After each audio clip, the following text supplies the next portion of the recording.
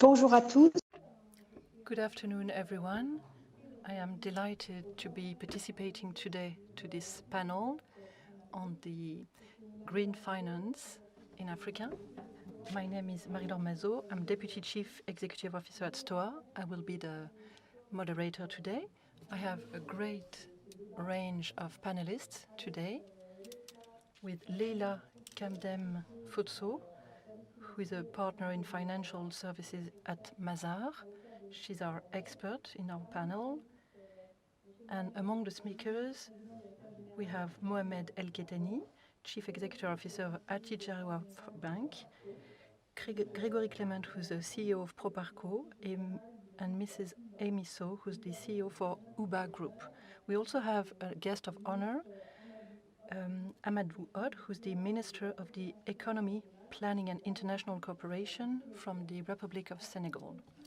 So as an introduction, I'd like to remind what we call green finance, which gathers the green bonds or climate bonds, green funds, taxonomy development, ESG investment, and rights to pollute. We also have investments in renewable energies and infrastructures that service the local population and allow for the economic development of the countries. Today, the continent is only contributing to 4% of CO2 emissions. It's very low. On the contrary, it is one of the main victims of climate change. Financial resources necessary to mitigate those impacts are the IMF thinks that the deficit is $50 billion per year, and most of those countries are in Africa. Public finances cannot address those needs, so there's a need for scaling, and we need the private sector to really play a booster role in parallel to the public sector. So I will ask Leila Kamdem, as the expert, to give us an overview today of the gap between the resources and the needs in the continent. Leila, the floor is yours.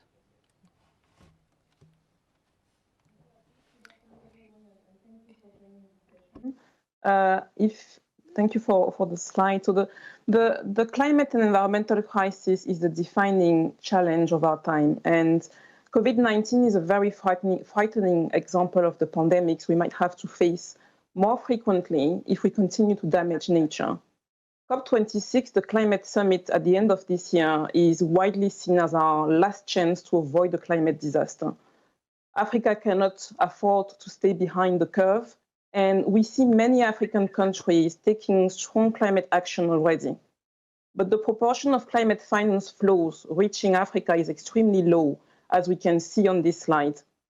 50 billion of USD per year. This is the estimated size of the gap in adaptation funding for the continent. And adaptation really is a top priority because this region is the most exposed, as Marie-Laure was saying, and also the least prepared to face climate shocks. And funding is also required for climate mitigation. The global mitigation target is to reduce greenhouse gas emissions to net zero and ultimately limit global warming well below 2 degrees in line with the Paris Agreement. Getting to net zero is a challenge and a very different challenge depending on the side of the planet you live. While for the developed world, it's about finding low carbon ways to continue to live decently, for African countries, the difficulty lies in balancing climate with development needs. How can African economies continue to grow, give everyone access to basic energy services, build essential infrastructure, and all of this while continuing to keep emission low? Another stat I wanted to show is the green bond gap there on this slide. As you can see, with 3.5 billion USD of green bond issuance in Africa in 2020 compared to 1 trillion globally, the African green bond market is significantly underdeveloped. So in a nutshell, current levels of green finance fall far short Clearly, not one single source of financing is likely to cover the whole bill. All options, national and international, public and private, have to work together. And the financial industry has no option but to contribute. It's about corporate social responsibility, but not only. It also makes good business sense because the climate crisis generates major financial risks and also once in a generation opportunities that banks and investors cannot ignore. Now, if we look at the sectors that offer these opportunities on this slide, based on countries' nationally determined contributions, the list of priority sectors includes energy, agriculture, and forestry. And first of all, on energy, about 60% of people have no reliable access to clean and affordable energy on the continent. And energy needs are expected to increase by 80% in the next 30 years, with a doubling of the population, the African population, and fourfold growth of the economy. With the abundance of solar, wind, and geothermal resources available on the continent, renewable energy is really seen as the low-hanging fruit. On the slide, we have highlighted two examples of energy projects. First, the Benban Solar Park in Egypt. With a total capacity of 1.8 gigawatts, this is a $4 billion USD project, and it's one of the largest solar power plants in the world. It was co-financed by IFC, international lenders, and also private banks.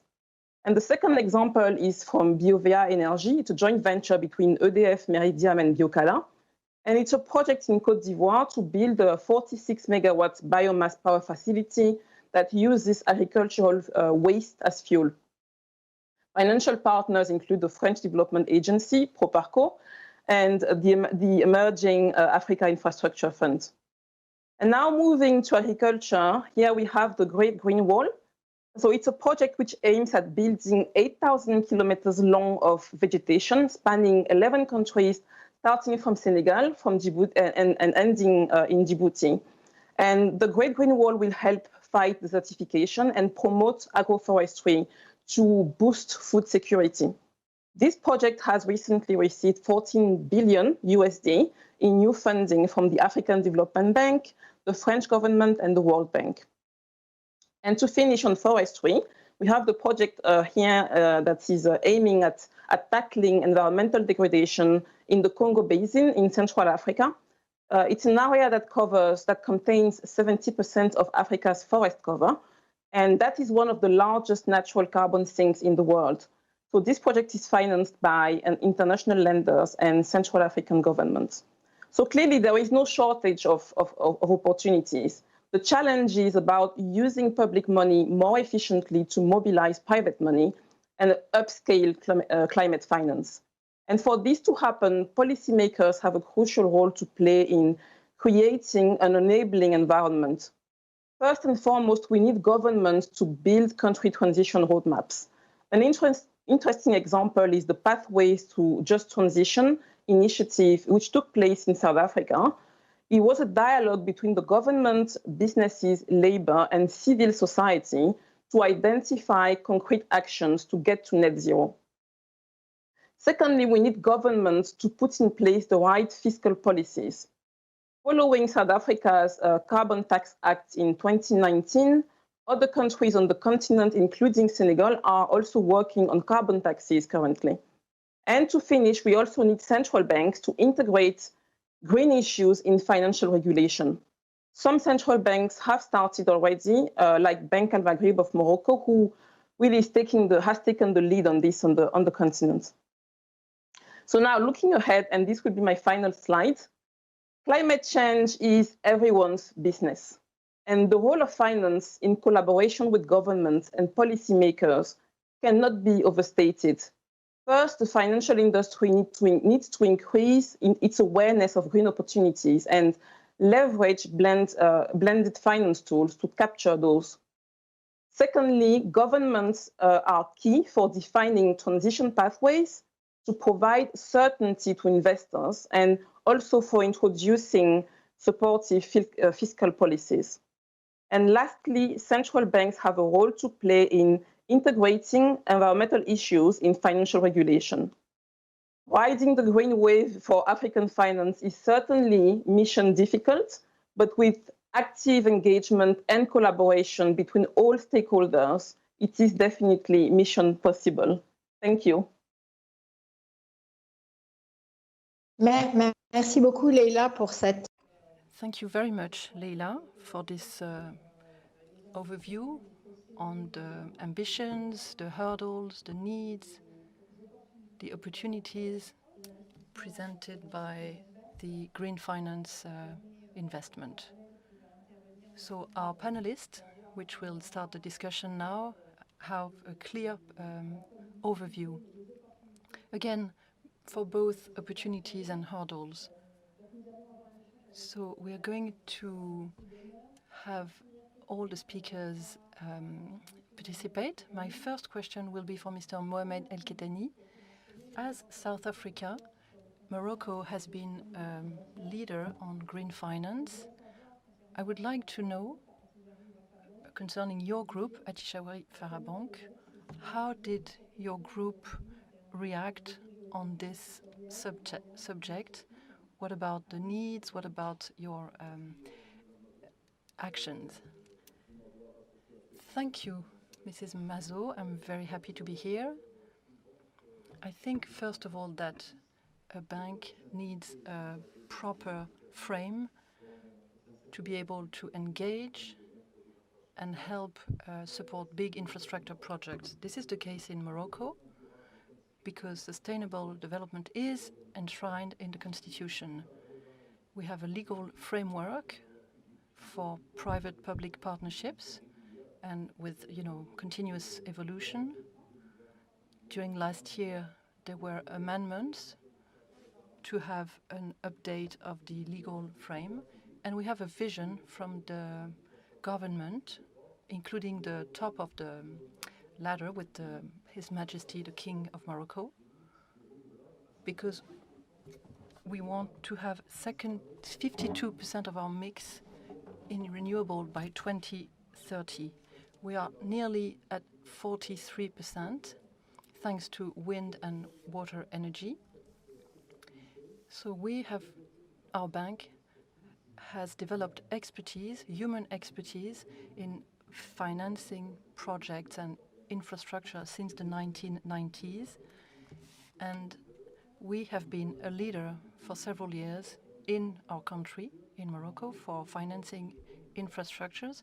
And regarding renewable energies, we have funded over the last 5 years a whole range of solar and wind energy projects with 1,700 megawatts financed by our bank. It's a syndicated project, and right now in our portfolio, renewables are 25% of all of our project finance in infrastructures, which shows our real appetite and our real interest for this activity. And we have created a structure. We have participated in the first green bond that was emitted in Morocco for a solar farm called Noor, promoted by Mazer. And we will have 2,000 megawatt solar production of energy. And this model will be rolled out in other areas, in other countries where we operate. And as an example, I can mention that we are the leader for the national project for 1.2 billion euros and another one for 400 megawatts. We are also leader on another project for depollution of the Cocody Bay, which has a big impact on the Abidjan city. We are also leader in another project for 250 megawatts in Ras El Oued in Egypt, and many other examples. So today, the green financing and all the demands and constraints linked to sustainable development are in our policies, and we are really aware of the risk. but we are even experts at this because those projects are very precise and they demand very high-level experts. We are also spending a lot of money on the long run, and some prerequisites from the banking sector are necessary to be even more involved. And lastly, we were the first African bank to receive the accreditation from the UN Green Fund, the Green Climate Fund, which is operational today and which, as you know, allows us to use a lot of money over the long run with very good rates. And maturity and costs are two necessary conditions to have success in such projects. Merci beaucoup. Thank you very much, Mr. Kettani, for the opportunity to give a clear picture of your situation in Morocco and more globally on the African continent. So now I would like to ask something to Mrs. Annie So. So she's the Regional Director for Central Africa for the UBA Group. So we would like to know what is your diagnosis on green finance in Africa and how your group can intervene in these frameworks, because I think that your group is present in 19 different African countries with different offices everywhere in Africa. So I would really like to know what is your point of view. Thank you very much, Marie-Laure.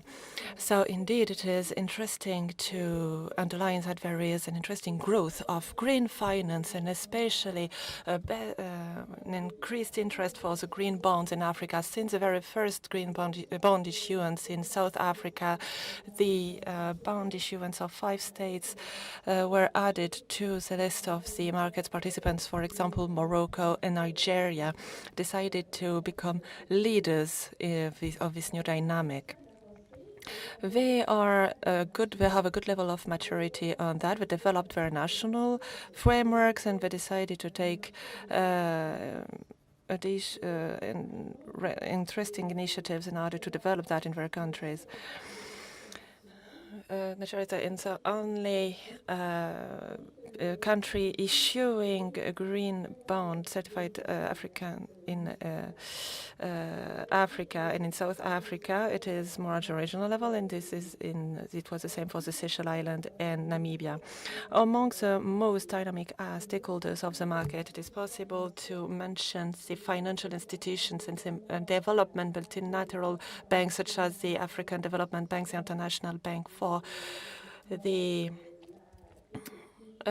Rebuilding and the Development, and the IFC.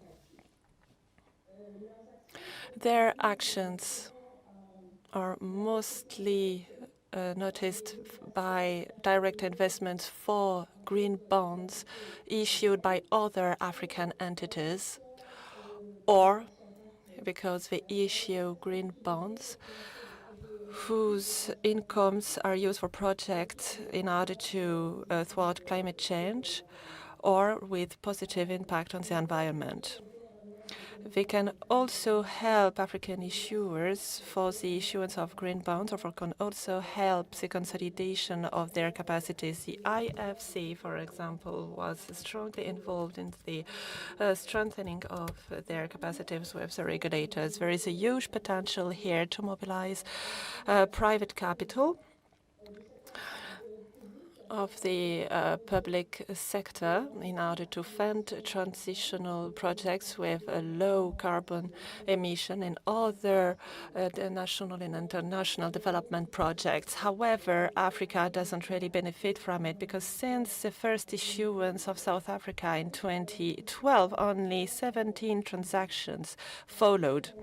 At the global world level, the issuance of green bonds reached an aggregated total of $774 billion between 2007 and 2014. And there is a study of the African Development Bank in 2004, which shows that the cost of climate change in Africa for 2030 reached $40 million each year. And between 2004 and 2011, Africa just only got $232 million. The reasons why there is this gap are numerous. And of course, we can talk, for example, of the states lacking the possibility to have access to funds because they don't have the right admissibility criteria.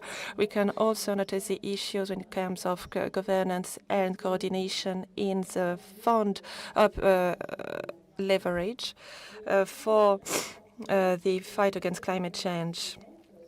The opportunities are limited, and the resources and human resources as well. It is also more difficult to get huge funds in Africa. That's why many regulators decided to announce the Basel III two agreements, or the IFRS agreement standards, in order to build a sound and sustainable financial sector able to attract more funding opportunities. The UEA group is present in many countries in Africa and decided to adopt the equatorial principles in order to implement healthy practices for the environment management and to really adjust to the situation. UEA decided on initiating projects positive for the environment. In 2016, we decided to give $250 million in order to fund infrastructures and SMEs, taking into account these new national international necessities. To conclude, I would like to underline that Africa has a huge hydropower potential, solar potential, and wind energy potential, because we are for 2050, but in 2050. We will be the most populated continent in the world, and we only got 4% of the funds dedicated to climate, even though we are the most impacted by climate change.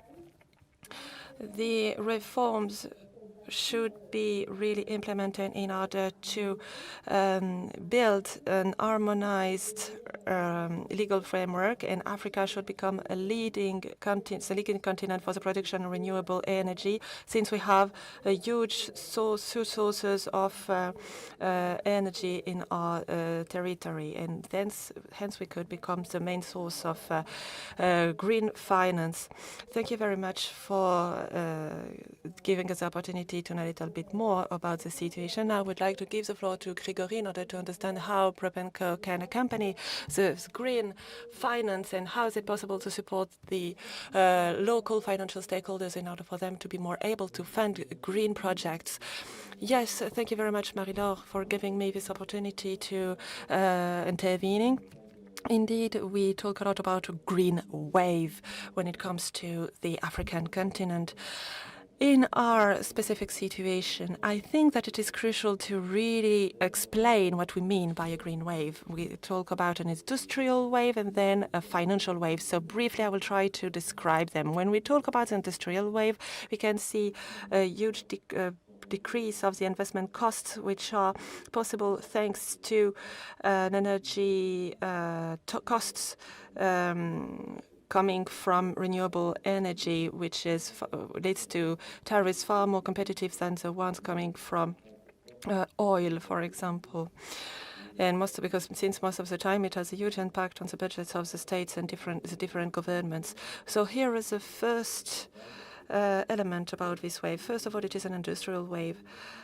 However, it is also a financial wave. We can already notice it. We've talked about an inflow of international funds available to fund green projects. The Green Climate Fund was already mentioned here, and it is possible to get subsidies.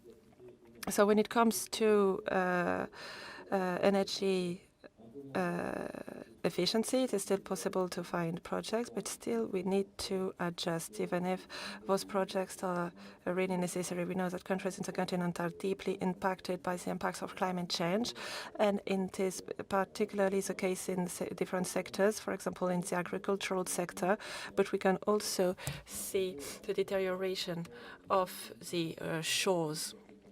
So there is a concentration of different sectors which decided to focus on the climate and the green energies. Propanco would like to really foster the initiatives of its partners in the continent. I'm talking about the credit institutions, the banks, the networks with the strategies and presence in the field in order to encourage everyone to change on this topic. So we are really trying to give them the right resources in order for them to build capacities and change their position in renewable energy project in a small scale or in a bigger scale.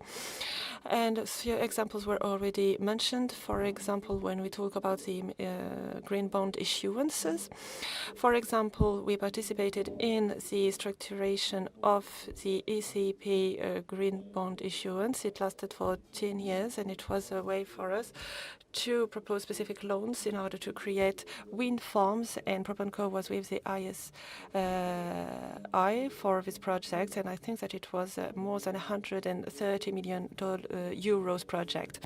There are also other tools that we decided to use with banking partners. So, for example, we have the Standard Bank in Namibia, with which we had a partnership, and it allowed the bank to really find its positioning on the funding of a solar project for 15 years. So it was a rather long project, especially because of the maturity of the Namibian market. And it was done thanks to the guarantee provided by Propanco, and the guarantee was progressive. So it means that the coverage was increasing with the maturity of the project until the full coverage of the projects. It was interesting because hence the central bank could provide the cash in a local currency, and then it could really establish a project thanks to the guarantee. It was called the Unlock project that we decided to use in Namibia, and we will really try to upscale it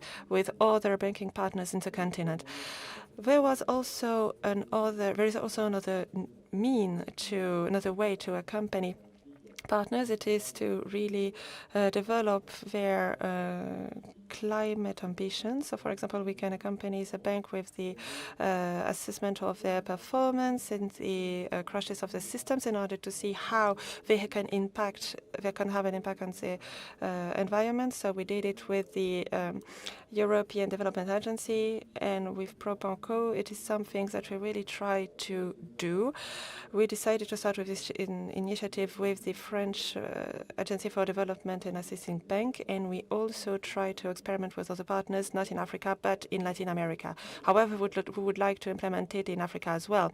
Many different projects are currently in progress, and one of them is with a bank in Nigeria. So we will try to really put everything into place rather rapidly. Propanco is really trying to establish a climate framework in a way with its partners, and some of these projects will start since in the second semester of this year. It will lead to very concrete exchanges with managers, CEOs, and commercial management teams of the different banks, in order for them to have a better understanding of the risks that they can face with the different projects that they have. And last but not least, we work on the creation of green assets with the banks, focusing on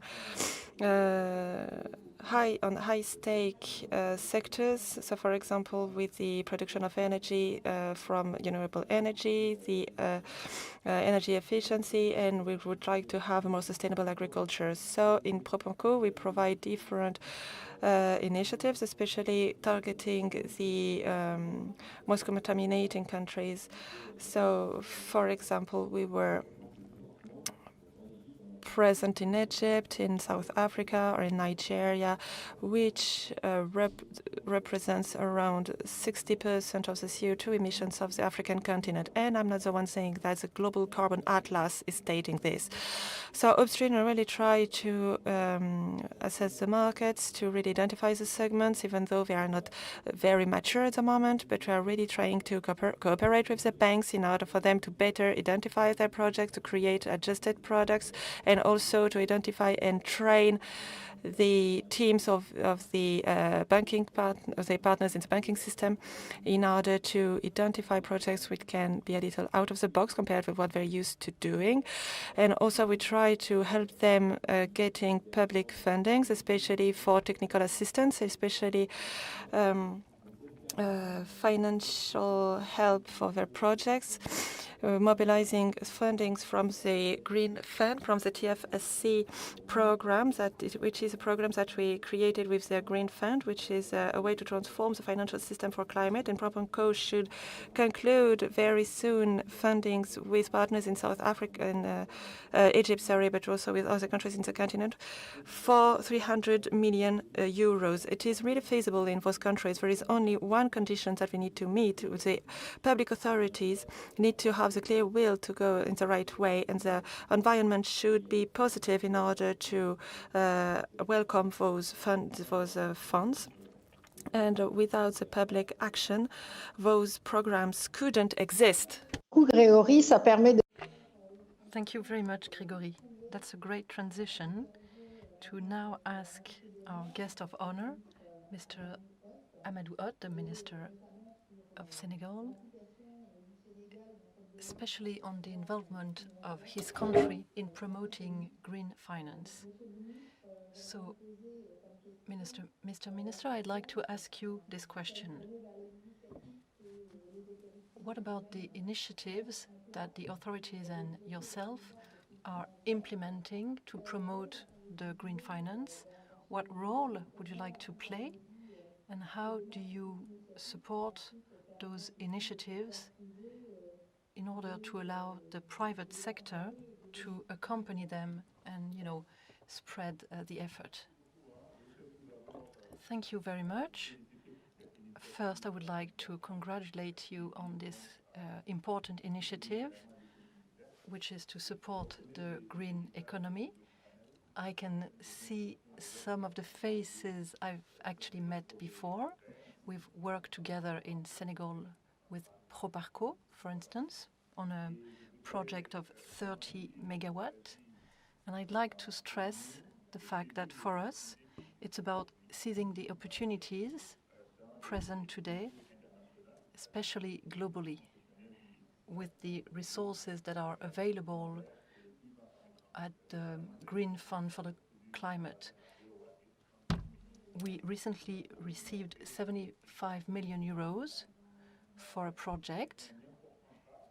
It's a big step. It's the biggest amount of money we've received so far for a green finance project. And now it's about after approval, it's always difficult. I think that some of you know about it. First, you have to sign the document, but then it takes a lot of time. Many procedures need to be followed. So we really need now to spend this money that we've received. Speaking of Senegal in particular, and beyond this project of green financing and also with scaling solar, we must say that our country is one of the top 3 African countries to adhere to the international platform for green finance with Benin and Morocco. This gives us access to more investment and fundings, green fundings. Over the last decade, our country has implemented major initiatives to really put our development in the path of green economy. And I'd like to share the fact that the transition towards the green economy is one of the major pillars of our policy in our plan in Senegal. And we are really implementing this new strategy. We also have a national strategy to promote green jobs in order to reduce poverty by using public investment in order to have a long and sustainable economic growth by 2035. As I've said before, Senegal has succeeded in getting some green financing, but we need to move forward. Senegal is also putting in place a national climate fund to mobilize resources by trying to create a sort of carbon tax while maintaining a balance. We cannot have projects that can become too costly. So we need to have a quick development. We are late in the development rhythm, so we need to catch up, and we need to invest in the access to energy. So what is the balance that we can have between the speeding up to have an access to energy, not only for electricity in rural areas, but also to allow our industries to have an affordable cost of energy so that they can stay or become competitive, to allow for the import substitution, because we cannot produce, if we are not competitive locally, we are going to keep on importing. But we need to do that while thinking of the impact on climate. And we know, for instance, that some projects in the solar sector cannot always be adjusted to our system.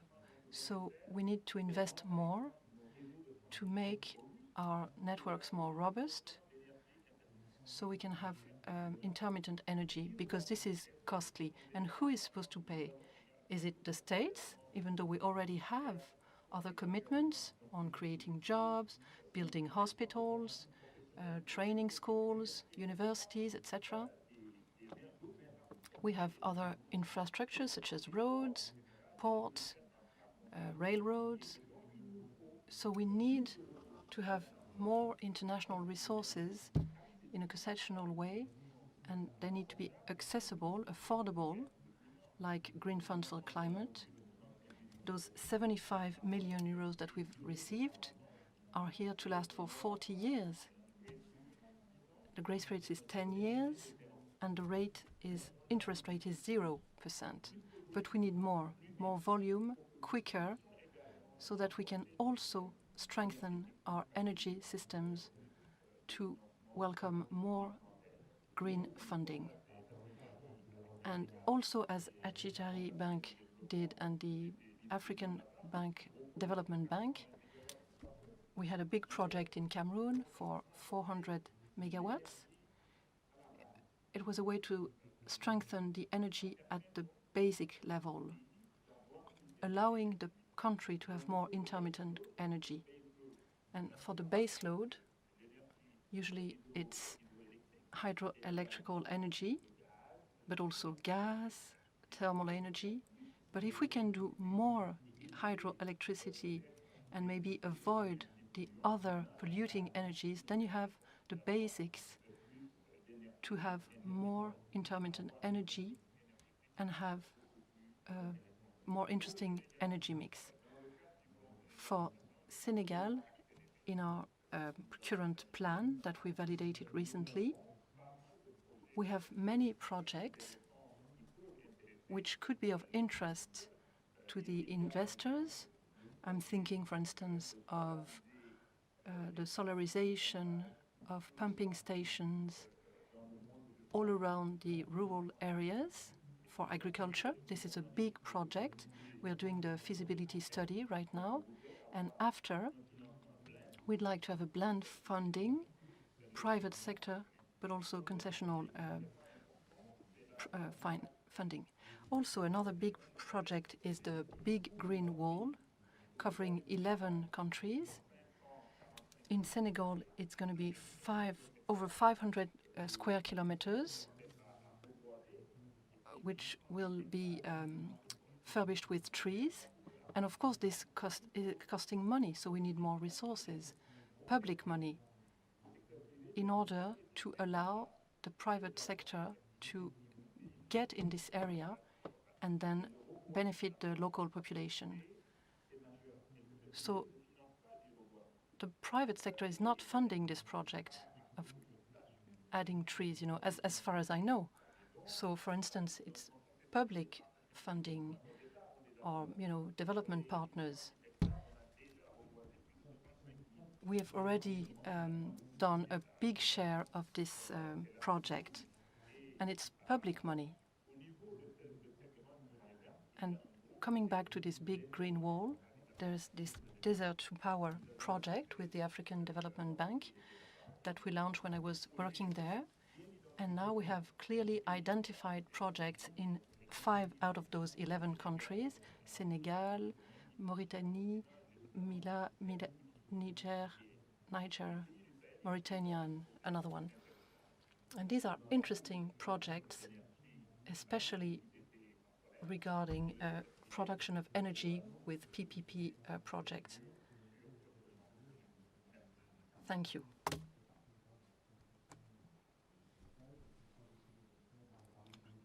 L'oratrice n'a pas mis son micro.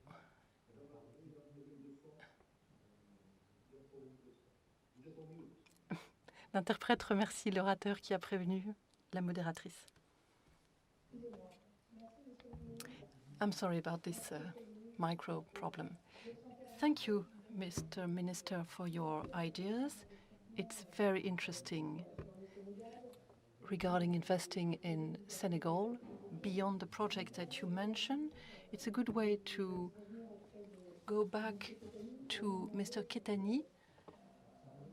El Kettani, sorry, to ask him, as a banker, faced with those challenges, what are the instruments that you will favor in the coming years in order to, face up the challenges? Thank you, Madame Mazot. I'd like to go back to what the Minister has just said. It was most interesting. I wrote down 2 main points, because they will have an impact on the rolling out of a real policy to absorb the deficit in a reasonable timing, especially for clean energy in Africa.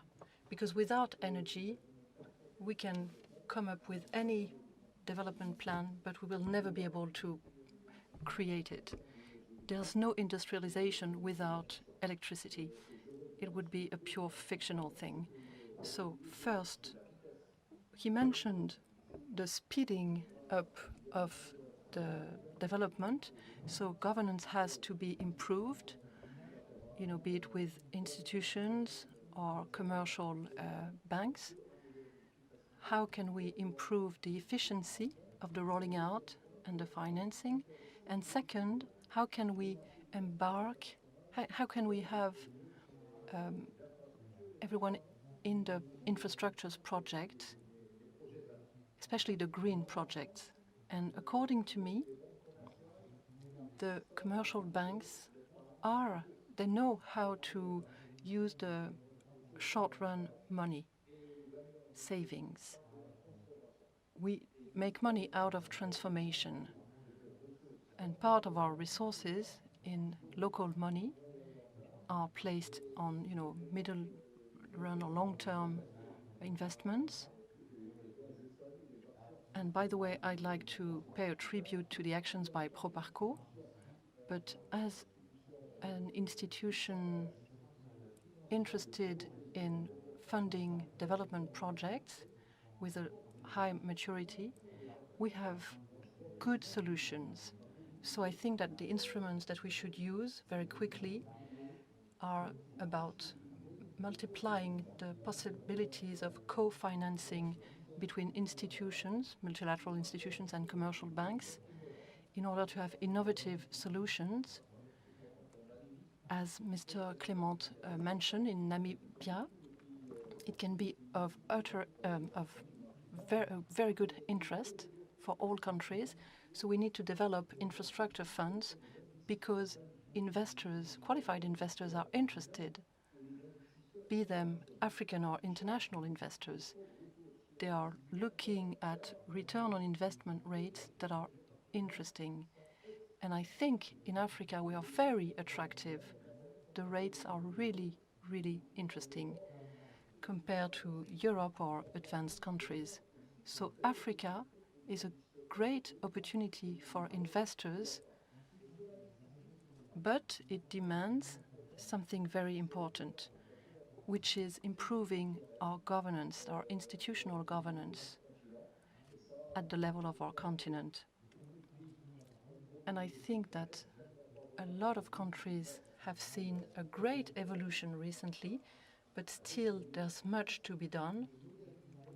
And we need to implement or modernize the laws about contracts on public-private partnerships, because they give some kind of comfort to the international investors to, participate in these projects in order to get infrastructure funds. So I pay tribute to the BAT initiative for the fund that was created recently, but we also need other infrastructure funds, especially for clean energy. We must also think of the role of central banks. Our work was fruitful with the Moroccan Central Bank because they were very sensitive to the fact that to move forward, we need an easing of the different financial criteria. And as you know, as a commercial bank, what we have is equity. The more equity we have, the bigger our capacity is to finance big projects. So the central bank in Morocco moved one step forward with the PPP projects. When they are nicely designed, when they are deemed good, now we are able to get a good result with very good ratios. And that allows us to move forward. And also, this bank did something else. They allow the investors to deconsolidate in the frame of their project with regards to the balance sheet. So this is also a comfort element for the investors because you can deconsolidate. So it's really a project finance. Now, if we talk about the capital market, as I've said before, we do the transformation of resources in local money for the middle and long run, but we still want, through this capital market, to be able to go deeper through some incentive initiatives for investors, insurance, pension funds, so they have local currency. It's not about recreating the wheel. Those exist in other countries.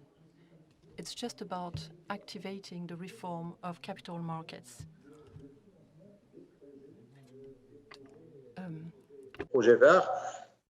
Just in order to facilitate the fundings of green projects, because, for example, if it is possible for us to securitize those debts, and if you can be in contact with institutions, and maybe if we could have a collective savings thanks to established prerequisites, it may be easier for us to strengthen our capacities in order to finance new investment projects in the same area.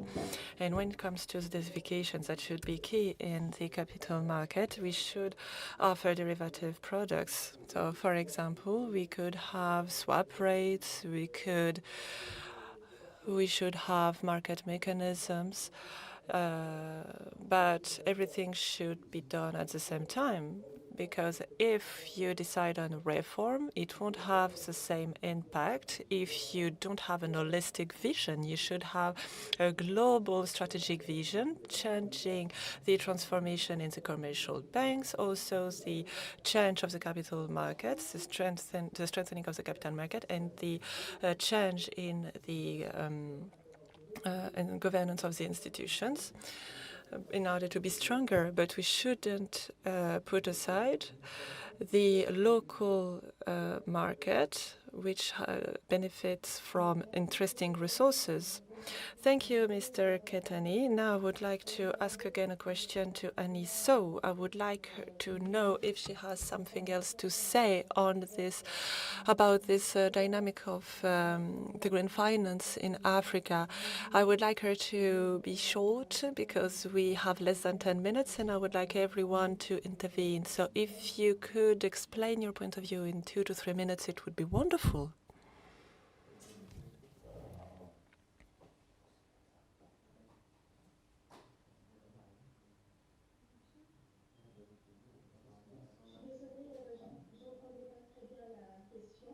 I'm sorry, I couldn't hear your question.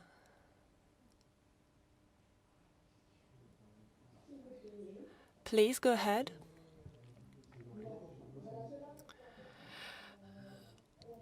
Okay, so let me ask you again the question, because Mr. Kettani talked about the acceleration of the green finance through different tools. Should we talk about the access to personal capital, to private capital, the access to public funds, the securitization, or the reform of the central banks in order to have better solvency ratios? So in your point of view, according, in your opinion, what should be what is the most interesting in order to go further?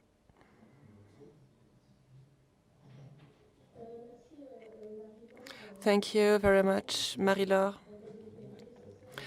I think that the other panelists said what was the most important to say. However, I can add that it is necessary to have a clear regulation and also a clear definition of what we call green finance, because it still needs to be fine-tuned. When it comes to UBA, we really try to follow the trend. It is obvious that we need to use more this new financing solution, which is appealing to everyone. As I said earlier, we started new actions using the Equator approach, and at the moment we are trying to participate in green bond issuances in Africa. I can also add that we should use the political, financial, and political levers necessary. And this way it will be possible for us to create a niche in order to make sure that the bond market could really put ahead the green bonds.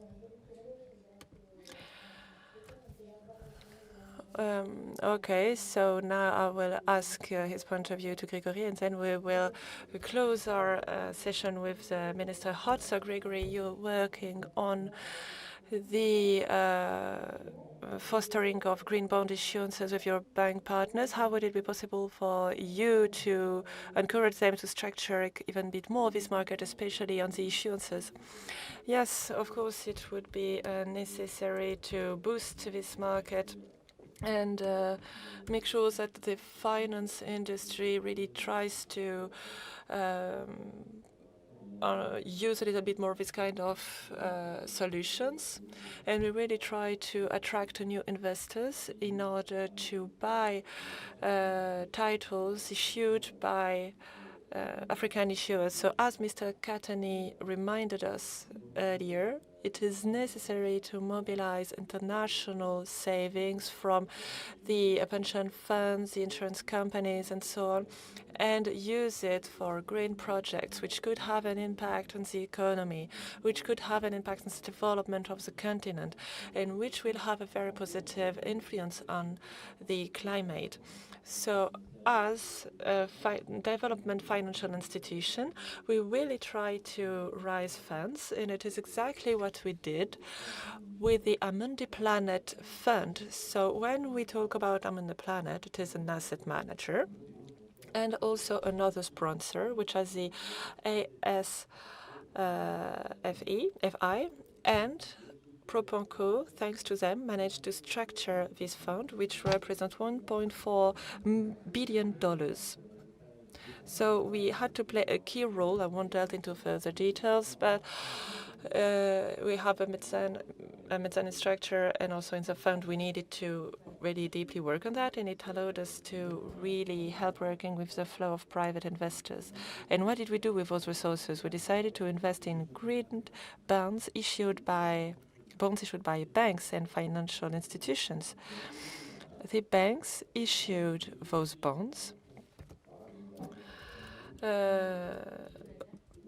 bought by the funds that we structured, and then the banks could finance green assets. So it is something that was extremely important and extremely interesting. It is something that we could do globally. We could also imagine the same mechanism locally, because you talked about the use of private savings.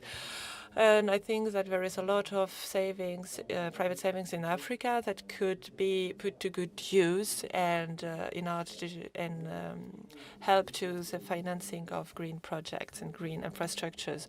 So it is what we did. This fund was very long to structure, but now more than 50% of the fund has already been invested. Unfortunately, it doesn't lead to as many African investments as we wished, but I hope that we will be able to develop that.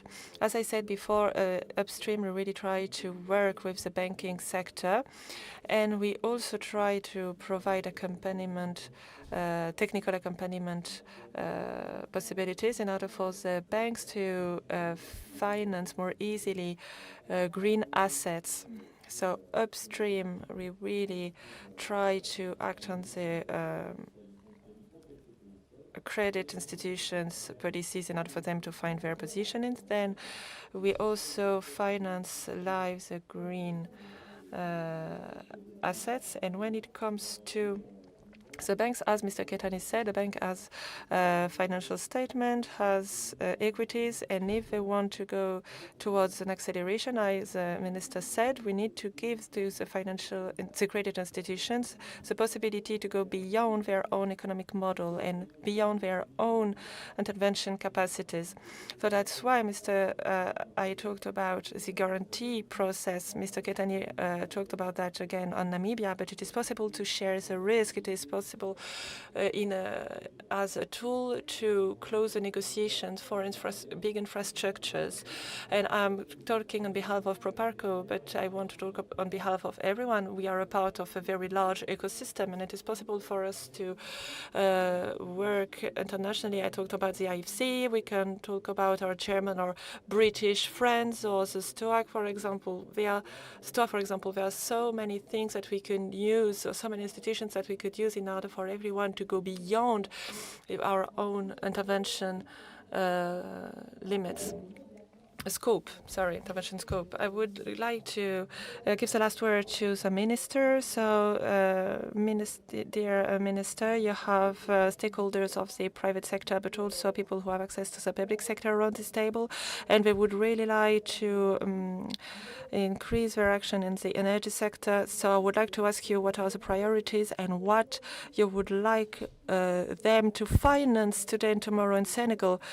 Here you have panelists who are ready to work. Thank you very much. the different stakeholders really made a huge effort, sharing all the available tools with us, which is extremely important. And we are ready to work with the private sector. As I said before, there are already projects which are on the way. That's why we are currently dealing with an energy mix of 22% and our target for 2025 and an energy mix of 30%. I'm sure that we will be able to reach our target very soon. Among the projects that will allow us to reach our target will be a huge project of the hydropower plant in Famagalu. It's around 200 million euros, will be used by the different states of the MBG. I would like to share as well that in Senegal, we are currently working with the strategic fund of sovereign investment for the creation of a mezzanine fund investing in energy projects, but also reinvest assets which are already present and already creating cash flows. So what we would like to do is to sell those cash flows to institutional investors, since they will be riskless. They won't present any risks.